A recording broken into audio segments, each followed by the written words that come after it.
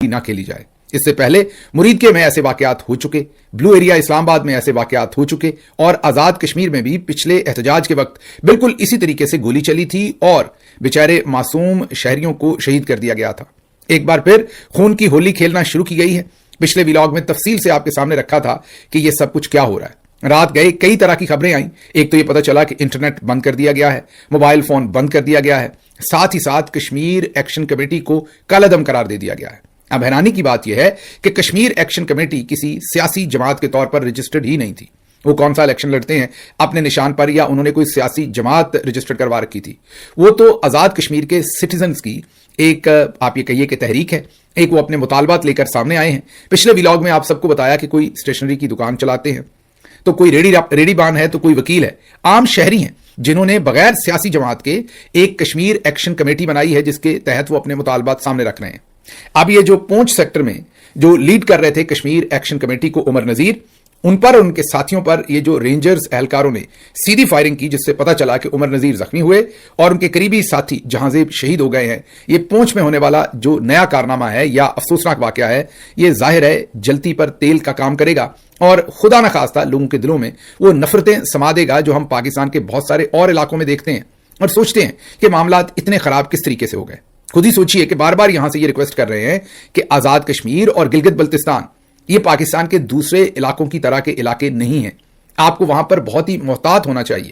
India کا وہاں پر جیسا بھی جھوٹا کلیم ہی صحیح، لیکن کلیم تو ہے ان علاقوں کے اوپر، اور وہ پوری دنیا میں اپنا یہ کلیم رکھتے ہیں۔ اور حال ہی میں انڈیا نے جو گلگت بلتستان میں ہونے والے الیکشن ہیں ان کے اوپر بھی پروٹیسٹ کیا ہے اور کہا ہے کہ وہ الیکشن جو ہے وہ ناجائز ہو رہے ہیں، وہاں پر الیکشن نہیں ہونے چاہیے، وہ ہمارا اٹوٹ انگ ہے، وہ ہمارا حصہ ہے، اور پاکستان وہاں پر اس طریقے کے الیکشن نہیں کروا سکتا۔ ظاہر ہے یہ ان کا کلیم، ہم کوئی بھی پاکستانی اس کو سپورٹ تو نہیں کرتے، لیکن وہ تو پوری دنیا میں یہ بات کرتے ہیں۔ اب جب آپ وہاں پر الیکشن لوٹیں گے اور پھر لوگ باہر نکلیں گے اور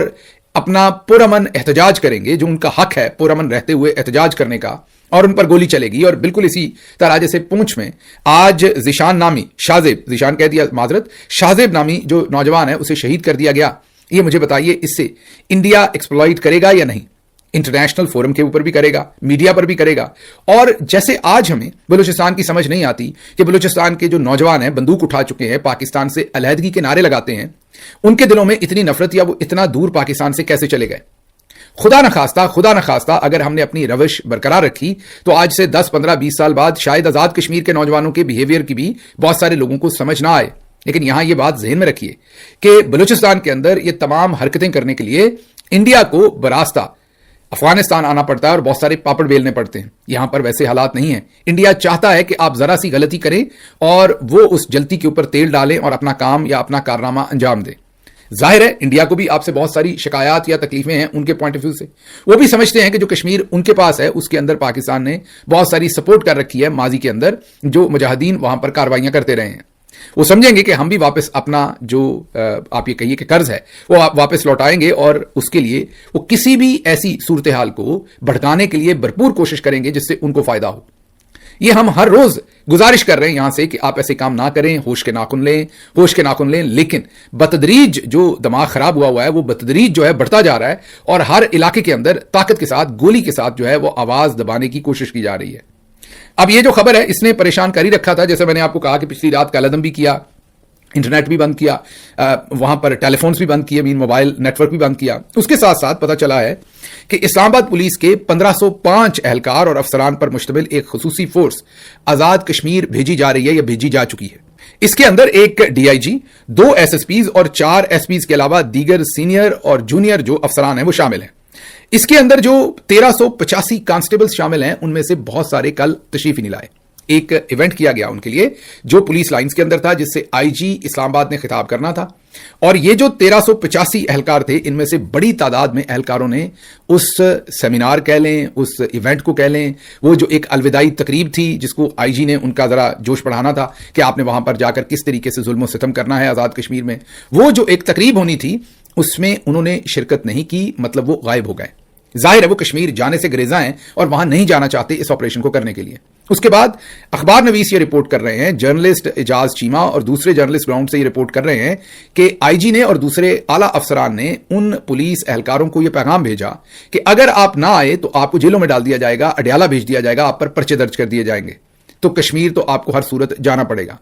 حالات دیکھ لیجئے کہ اس وقت جو گراؤنڈ سے رپورٹس آ رہی ہیں ان کے مطابق پولیس اہلکار بھی جانے کو تیار نہیں, اور اسی لیے انہوں نے پولیس لائنز میں آئی جی اسلام آباد کا یہ جو بھی ایونٹ تھا جس میں سے انہوں نے پورا گیم پلان سمجھانا تھا اور وہاں سے کشمیر روانہ کرنا تھا, وہاں پر شرکت ہی نہیں کی, اس سے وہ غائب ہو گئے. اگلی خبر آپ کے سامنے رکھتے ہیں اور وہ ہے منیب فاروق. جی ہاں, ایم ایف نے ایک دفعہ پھر ملٹری جرنلز کی طرف سے عوام کو آگاہ کیا ہے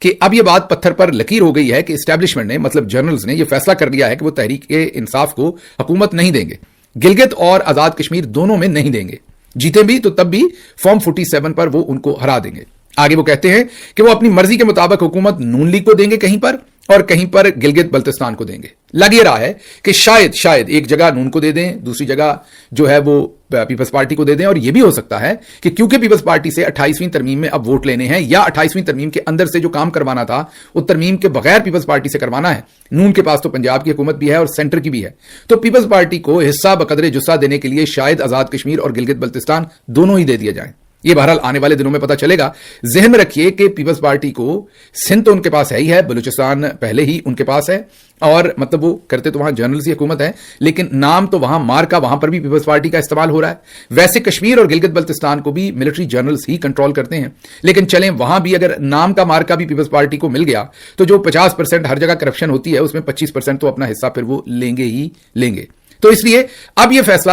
اگلے 1-2-3 دن کے اندر آپ کو نظر آ جائے گا کم از کم گلگت بلتستان کا, اور پھر آنے والے مہینے کے اندر آزاد کشمیر کا بھی, کہ وہ ملٹری جرنلز نے فارم 47 پر کس کو سونپنا ہے, کیونکہ الیکشن تو ہونے نہیں دینا, الیکشن تو ہر صورت لوٹنا ہے, اور اس کے جو ابتدائی نتائج ہیں وہ پونچھ سے بھی آپ کو برآمد ہو رہے ہیں, اسلام آباد کی جو پولیس لائنز ہیں وہاں سے بھی برآمد ہو رہے ہیں, اور گلگت بلتستان میں جو جرنلسٹ گراؤنڈ پر گئے ہیں ان کو وہاں پر کیا بتایا جاتا ہے وہ بھی آپ سب کے سامنے ہے. آگے بڑھتے ہیں. یہ میں آپ کو پہلے ہی بتا چکا کہ انڈیا نے ایک سخت بیان جاری کیا ہے گلگت بلتستان کے الیکشنز پر, اور انہوں نے کہا کہ وہ ہمارا حصہ ہے اور پاکستان وہاں پر غلط قسم کے الیکشن کروا رہا ہے جس کی وہ مذمت کر رہے ہیں. پاکستان کے دفتر خارجہ نے انڈیا کا یہ بیان جو ہے وہ مسترد کر دیا اور کہا کہ گلگت بلتستان اور کشمیر جو ہے وہ اس وقت ایک متنازع علاقہ ہے اور پوری دنیا اس کو ایکسپٹ کرتی ہے, یونائٹڈ نیشنز بھی کرتی ہے اور پوری دنیا ایکسپٹ کرتی ہے کہ وہ ایک متنازع ایریا ہے. اس کے اندر جو مقبوضہ کشمیر ہے اس کا بھی اور گلگت بلتستان بھی اور کشمیر کا بھی یہاں پر کوئی ریفرینڈم ہو اور ان لوگوں کی قسمت کا فیصلہ ہو. ایک طرف پاکستان کا اپنا جو وزارت خارجہ ہے